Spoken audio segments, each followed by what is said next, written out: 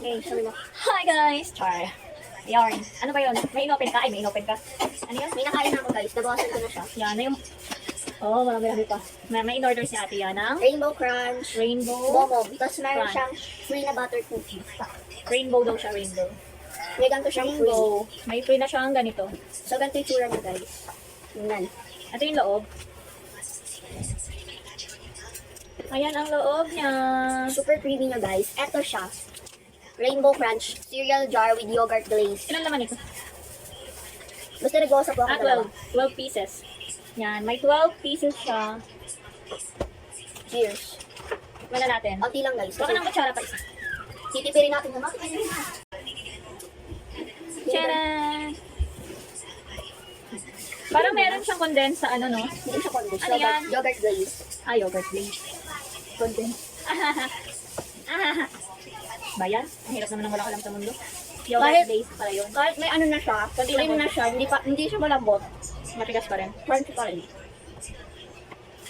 Kahit nababad niyo siya sa yogurt. Oo nga. Maano pa rin. Malutong. Matamis. Parang ka, ano niya yung ano na. Mobi? Mobi na dilaw? Masarap siya.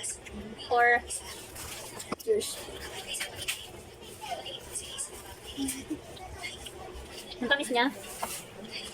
Ang dami ko na nabawas.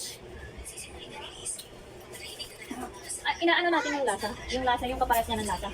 Yung parang yung egg, yung laman nun, yung egg, yung dating Coca-Cola na lalagyanan. Yung kinikilala ko nun. Yun yung na ano, lasa sa akin. Yung nips. Ay, oo, ano yung parang bilog-bilog. Top na.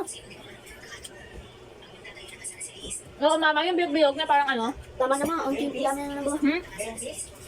Hindi, yung may iba't bang kulay siya. Nips. Hindi siya lips. Parang ikaw ng dinosaur or what, na naka-plastic. Alam kong nagkaroon tayo ng tindang ganun eh. Naman, dami na nabawas. Okay lang yan. Kaya nga binili ko para mabawasan. Hindi, titipirin ko to. Mga 1 month pa to. Ay, 1 month daw. Yun lang guys, bye-bye. Bye guys. Thank you for following me. Ay, Hindi, yung ano daw. Yung kinita niya daw sa pagtitinda niya, binili niya daw nito. Para daw, reward niya daw sa sarili niya. para matikman ko din. Next na titikman ko yung mga dried strawberry. May pambayad ka na sa ano, mga paninda mo. Pambayad.